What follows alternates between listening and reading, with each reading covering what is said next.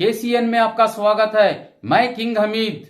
ಬಿಜೆಪಿಯ ಮಾಜಿ ಸಂಸದ ಪ್ರತಾಪ್ ಸಿಂಹನ ಬುದ್ಧಿಗೇಡಿ ಪ್ರತಾಪಗಳನ್ನ ಸ್ವತಃ ಬಿಜೆಪಿಯವರೇ ಸಹಿಸಿಕೊಂಡಿದ್ದು ಕಡಿಮೆ. ಅಂತಹ ಮಾಜಿ ಸಂಸದ ಈಗ ಒಬ್ಬ ದುಷ್ಟ ಕೋಮು ಗೂಂಡನನ್ನ, ಕ್ರಿಮಿನಲ್ ನನ್ನ ಸೋದರ ಅಂತ ಕರೆದು ತನ್ನ ಅಸಲಿಯತ್ ಏನು ಅಂತ ತೋರಿಸ್ಕೊಂಡಂತಾಗಿದೆ. ಇದು ಒಂದ್ ಕಡೆ ಆ ಮಾಜಿ ಸಂಸದ ಏನು ಅನ್ನೋದನ್ನ ಹೇಳ್ತಾನೆ, ಬಿಜೆಪಿಯ ಬಣ್ಣ ಏನು ಅನ್ನೋದನ್ನ ಹೇಳತ್ತಲ್ವಾ. ಕ್ರಿಮಿನಲ್ ಒಬ್ಬನನ್ನ ಬೆಂಬಲಿಸಿ ಮಾಜಿ ಸಂಸದ ಹಾಗೂ ಹಾಲಿ ಶಾಸಕ ಬೀದಿಗಿಳಿದಿರೋದು, ಕರ್ತವ್ಯ ನಿರ್ವಹಿಸಿದ ಪೊಲೀಸ್ ಅಧಿಕಾರಿಗೆ ಪರೋಕ್ಷ ಬೆದರಿಕೆ ಹಾಕಿರೋದು ಅವರಿಬ್ಬರ ಮನಸ್ಥಿತಿಯನ್ನೇ ಸೂಚಿಸುತ್ತೆ ಅಲ್ವಾ. ಪ್ರತಾಪ್ ಸಿಂಹಗೆ ಸೋದರನಾಗಿರುವ ಪುನೀತ್ ಕೆರೆಹಳ್ಳಿ ಅನಗತ್ಯವಾಗಿ ನಾಯಿ ಮಾಂಸ ಅಂತ ರಾದ್ಧಾಂತ ಮಾಡಿದ್ದು ಸುಳ್ಳಾಗಿ ಅದು ಕುರಿ ಮಾಂಸ ಅಂತ ವರದಿ ಬಂದಿದೆ. ಇದರ ಬಗ್ಗೆ ಆತನ ಸೋದರ ಪ್ರತಾಪ್ ಸಿಂಹಗೆ ನಾಚಿಕೆ ಆಗೋದಿಲ್ವಾ? ಬದಲಿಗೆ ಅದನ್ನ ಮುಚ್ಚಾಕೋಕೆ ಎಸಿಪಿ ವಿರುದ್ಧ ಪ್ರತಾಪ ತೋರಿಸಿದಂತೆ ಮಾಡುವ ರಾಜಕಾರಣ ಮಾಡ್ತಿದ್ದಾರ ಮಾಜಿ ಸಂಸದ.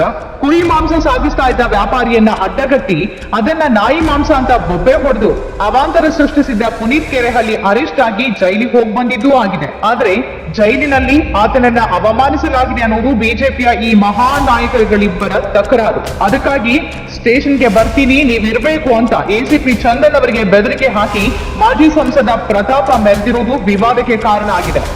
ಜೊತೆಗೆ ಒಬ್ಬ ಕ್ರಿಮಿನಲ್ ನನ್ನ ಸೋದರ ಅಂತ ಕರೆದು ತಾನೂ ಕೂಡ ಏನು ಅನ್ನೋದನ್ನ ತೋರಿಸಿಕೊಂಡಂತಾಗಿದೆ. ಪ್ರತಾಪ್ ಸಿಂಹ ನಡೆದುಕೊಂಡ ರೀತಿಗೆ ಭಾರಿ ಆಕ್ರೋಶ ವ್ಯಕ್ತವಾಗಿದೆ. ಮಾತ್ರವಲ್ಲ, ದೂರು ಕೂಡ ದಾಖಲಾಗಿದೆ.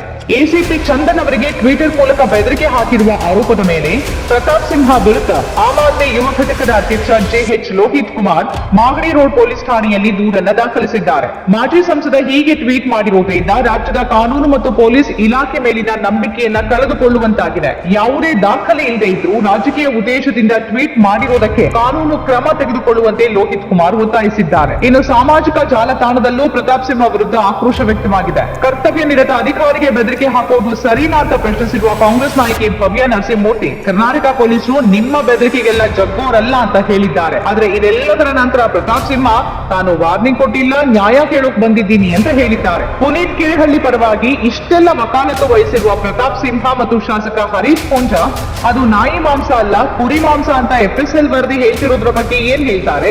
ಅನವಶ್ಯಕವಾಗಿ ಅವಾಂತರ ಎಬ್ಬಿಸಿ ಪುನೀತ್ ಕೆರೆಹಳ್ಳಿ ರಾದ್ಧಾಂತ ಎಬ್ಬಿಸಿದ್ದು ಯಾವ ಆಧಾರನೂ ಇಲ್ಲದೆ ಒಬ್ಬ ವ್ಯಾಪಾರಿ ಬಗ್ಗೆ ಸಾರ್ವಜನಿಕವಾಗಿ ಅನುಮಾನ ಮೂಡೋ ಹಾಗೆ ನಡೆದುಕೊಂಡಿದ್ರು ಬಿಜೆಪಿಯ ಈ ನಾಯಕರಿಗೆ ಸರಿ ಅಂತ ಅನ್ಸುತ್ತಾ? ಕೊಲೆ, ವೇಶ್ಯಾವಾಟಿಕೆ ಆರೋಪ ಹೊತ್ತಿರುವ 3ನೇ ದರ್ಜೆ ಕ್ರಿಮಿನಲ್ಗೆ ಬೆಂಬಲವಾಗಿ ಆತನ ಜೊತೆಯಾಗಿ ಒಬ್ಬ ಮಾಜಿ ಸಂಸದ ಪೊಲೀಸ್ ಠಾಣೆಗೆ ಬರೋದು ಅತ್ಯಂತ ನಾಚಿಕೆಗೇಡಿದ ಸಂಗತಿ. ಕೆರೆಹಳ್ಳಿಯ ಮೇಲೆ ಪೊಲೀಸರು ನಿಯಮ ಮೀರಿ ದೈಹಿಕ ಹಲ್ಲೆ ನಡೆಸಿದ್ರೆ ಅದನ್ನ ಖಂಡಿಸಬೇಕು. ಆದ್ರೆ ಆತ ಅಮಾಯಕ ಹೋರಾಟಗಾರ ಅನ್ನುವಂತೆ ಬಿಂಬಿಸುವುದು ಮಾತ್ರ ಅಸಹ್ಯಕರ.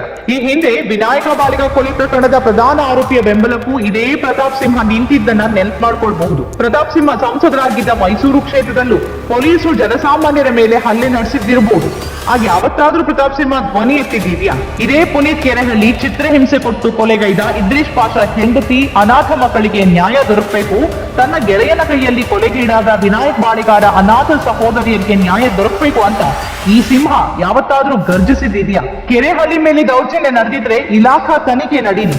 ಅದರ ಜೊತೆಗೆ ಇದ್ರೀಶ್ ಪಾಷಾ ಕೊಲೆ ಪ್ರಕರಣದಲ್ಲಿ ಆತನಿಗೆ ತಿಂಗಳೊಪ್ಪತ್ತಿನಲ್ಲಿ ಜಾಮೀನು ದೊರಕಿದ್ದು ಹೇಗೆ ಅನ್ನೋದು ಬಹಿರಂಗ ಆಗ್ಬೇಕಲ್ವಾ? ಪ್ರತಿದಿನ ಬೀದಿಯಲ್ಲಿ ಗೂಂಡಾಗಿರಿ ಮಾಡುವ, ಧರ್ಮದ ಹೆಸರಿನಲ್ಲಿ ಪುಂಡಾಟಿಕೆ ಮಾಡುವ, ಕೊಲೆ, ವೇಶ್ಯಾವಾಟಿಕೆ ಪ್ರಕರಣ ಎದುರಿಸಿರುವ, ದಿನಕ್ಕೊಂದರಂತೆ ಕೋಮು ಪ್ರಚೋದನೆ ಕೃತ್ಯ ಎಸಗುವ ಕ್ರಿಮಿನಲ್ ವ್ಯಕ್ತಿ ಪರವಾಗಿ ಮಾಜಿ ಸಂಸದನೊಬ್ಬ ಪೊಲೀಸ್ ಠಾಣೆಗೆ ಬರೋದು, ಠಾಣೆಗೆ ಬರ್ತಿದ್ದೀನಿ ಅಂತ ಪೊಲೀಸ್ ಅಧಿಕಾರಿಗೆ ಧಮಕಿ ಹಾಕೋ ಶೈಲಿಯಲ್ಲಿ ಒಂದಿನ ಮುಂಚಿತವಾಗಿ ಸಾಮಾಜಿಕ ಜಾಲತಾಣದಲ್ಲಿ ಪೋಸ್ಟ್ ಮಾಡೋದು ನಾಚಿಕೆಗೇಡು ಮಾತ್ರ ಅಲ್ಲ, ಕರ್ನಾಟಕದ ರಾಜಕಾರಣ ತಲುಪಿರುವ ಅಧಃಪತನದ ಲಕ್ಷಣ, ಅಸಹ್ಯದ ಪರಮಾವಧಿಯೂ ಹೌದು. ಇತ್ತೀಚೆಗೆ ಅಕ್ರಮ ಚಟುವಟಿಕೆಗಳಲ್ಲಿ ತೊಡಗಿದ ಬಿಜೆಪಿ ಕಾರ್ಯಕರ್ತ ಹಾಗೂ ಅನೇಕ ಕೇಸ್ಗಳನ್ನ ಮೈಮೇಲ್ ಹಾಕೊಂಡ ರೌಡಿ ಶೀಟರ್ನನ್ನ ಅಕ್ರಮ ಗಣಿಗಾರಿಕೆಗೆ ಸಂಬಂಧಿಸಿ ಪೊಲೀಸರು ಬಂಧಿಸಿದಾಗ ಇದೇ ಶಾಸಕ ಪೂಂಜಾ ಠಾಣೆಗೆ ಹೋಗಿ ಪೊಲೀಸರನ್ನ ಬಾಯಿಗೆ ಬಂದಂತೆ ಬೈದು ಅಧಿಕಾರಿಗಳ ಕರ್ತವ್ಯಕ್ಕೆ ಅಡ್ಡಿಪಡಿಸುವ ಮೂಲಕ ಕ್ಷೇತ್ರದ ಜನತೆ ತಲೆ ತಗ್ಗಿಸುವಂತೆ ಮಾಡಿದ್ರು. ಡಿಜೆಹಳ್ಳಿ, ಕೆಜೆಹಳ್ಳಿಯಲ್ಲಿ ಆದಂಗೆ ಇಲ್ಲೂ ಸ್ಟೇಷನ್ಗೆ ಬೆಂಕಿ ಹಚ್ತೇವೆ ಅಂತ ಬೆಳ್ತಂಗಡಿ ಪೇಟೆಯಲ್ಲಿ ನಿಂತು ಬೆದರಿಕೆ ಹಾಕಿದ್ರು. ಹಿಂದೆ ಬಿಜೆಪಿ ಸರ್ಕಾರದ ಅವಧಿಯಲ್ಲಿ ಶಾಸಕ ಪೂಂಜಾ ಅವರು ಅರಣ್ಯ ಅಧಿಕಾರಿಗಳಲ್ಲಿ ತಮ್ಮ ದರ್ಪ ತೋರಿಸಿ ಕರ್ತವ್ಯಕ್ಕೆ ಅಡ್ಡಿಪಡಿಸಿ ಅವಾಚ್ಯ ಶಬ್ದಗಳಿಂದ ನಿಂದಿಸಿದ್ರು. ಇದರ ಪರಿಣಾಮವಾಗಿ ಅವರ ವಿರುದ್ಧ ಎಫ್ಐಆರ್ ಕೂಡ ದಾಖಲಾಗಿತ್ತು. ಈಗ ಅದೇ ಹರೀಶ್ ಪೂಂಜಾ ಕ್ರಿಮಿನಲ್ ಪುನೀತ್ ಕೆರೆಹಳ್ಳಿಯ ಹಿಂದೆ ಹೋಗಿ ನಿಂತಿದ್ದಾರೆ.